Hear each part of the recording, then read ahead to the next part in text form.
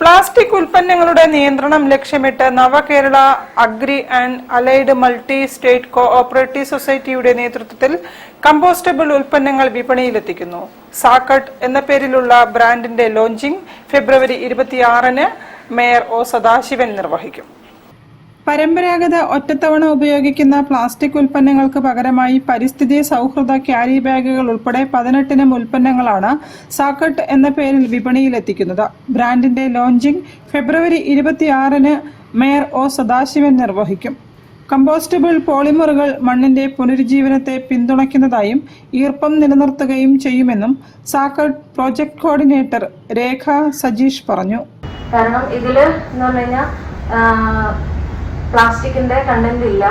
പിന്നെ ഇതിൽ ഉപയോഗിച്ചിരിക്കുന്ന വസ്തുക്കൾ എന്ന് വെച്ച് കഴിഞ്ഞാൽ കാർബൺ, പിന്നെ പ്ലാന്റ്സിന്റെ പ്ലാന്റ്സ് ബേസ്ഡ് ആയിട്ടുള്ള മെറ്റീരിയൽസ്, പിന്നെ അതുപോലെ തന്നെ കോൺ സ്റ്റാർച്ച്, അങ്ങനെയുള്ള കാര്യങ്ങളാണ് ഇതിനകത്ത് ചെയ്തിരിക്കുന്നത്. അതുകൊണ്ട് നമുക്ക് ഇത് മണ്ണിൽ അലിഞ്ഞു പോകും. കമ്പോസ്റ്റബിൾ ആണ്, കമ്പോസ്റ്റബിളും ബയോഡിഗ്രേഡബിളും ആണ്. പിന്നെ 1 ടൈം യൂസ് ആയിരിക്കും. അപ്പൊ പിന്നെ അത് കമ്പോസ്റ്റബിൾ 6 മാസം കൊണ്ട് കമ്പോസ്റ്റബിൾ ആയി പോകും. ആരോഗ്യവകുപ്പ് assistant director doctor P Pramod Kumar ആദ്യ ഉൽപ്പന്നം സ്വീകരിക്കും.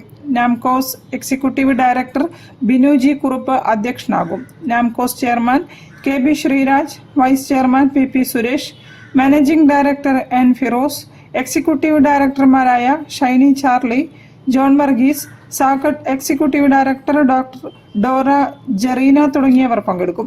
ആദ്യഘട്ടത്തിൽ സൊസൈറ്റി അംഗങ്ങൾ വഴി പ്രചരിപ്പിക്കാനാണ് ഉദ്ദേശിക്കുന്നത്. അടുത്ത ഘട്ടത്തിൽ സമൂഹത്തിന്റെ എല്ലാ തലങ്ങളിലും എത്തിക്കാനാണ് തീരുമാനമെന്ന് നാംകോസ് പ്രവർത്തകർ പറഞ്ഞു.